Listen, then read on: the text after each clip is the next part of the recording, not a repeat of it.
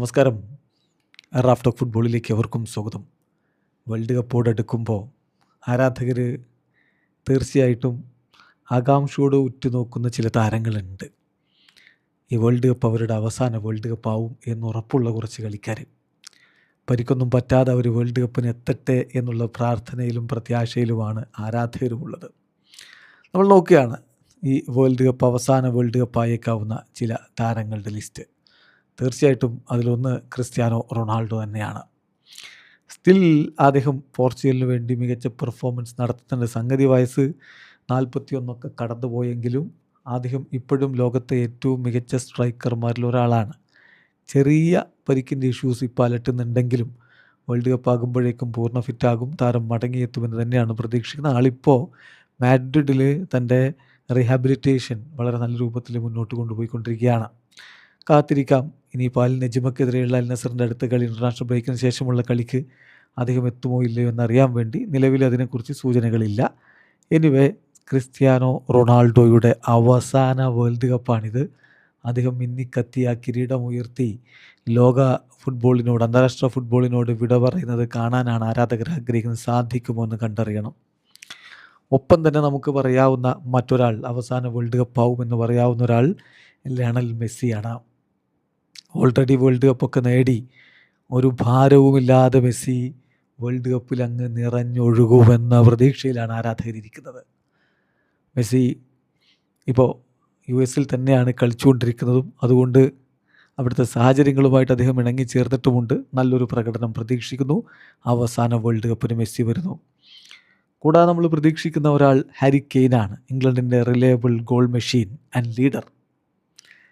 ഇത്തവണ ഇംഗ്ലണ്ട് എത്ര ദൂരം മുന്നോട്ട് പോകും എന്നുള്ളതിന് ഹാരി കെയ്നിൻ്റെ ഗോളടി മികവിന് വലിയ പ്രാധാന്യം വഹിക്കാനുണ്ട്. സോ ഒരു പക്ഷേ അദ്ദേഹത്തിൻ്റെ അവസാന വേൾഡ് കപ്പ് ആയിരിക്കും ഇത്.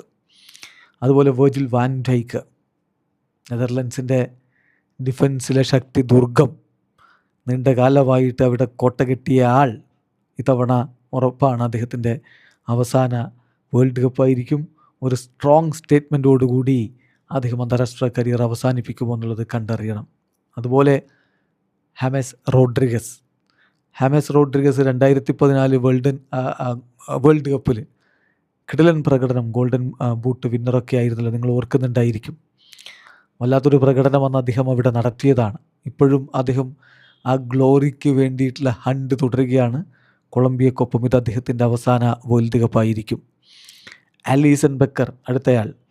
ബ്രസീലിയൻ ദേശീയ ടീമിന് വേണ്ടി നിരന്തരം മികച്ച പ്രകടനങ്ങൾ നടത്തി. പക്ഷേ വേൾഡ് കപ്പിലെത്തുമ്പോഴെന്തോ നിർണായക നിമിഷങ്ങളിൽ അദ്ദേഹത്തിന് അത്ര ഇമ്പാക്റ്റ് ഉണ്ടാക്കാൻ ഇതുവരെ പറ്റിയിട്ടില്ല. ലിവർപൂളിലെ മായാജാല പ്രകടനങ്ങൾ തുടരുന്ന താരം ഇപ്പോൾ പരിക്കിൻ്റെ പിടിയിലാണെങ്കിലും വേൾഡ് കപ്പ് ആകുമ്പോഴേക്കും ഫിറ്റാവും.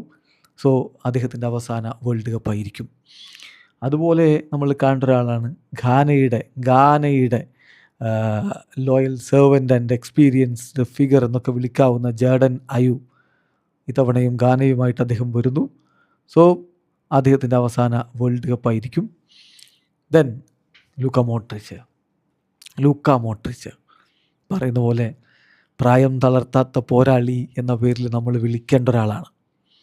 AC മിലാനിൽ പോയിട്ട് ഇപ്പോഴും അദ്ദേഹം കളി തുടരുന്നു. ക്രൊയേഷ്യക്കൊപ്പം അദ്ദേഹത്തിൻ്റെ അവസാന വേൾഡ് കപ്പായിരിക്കും.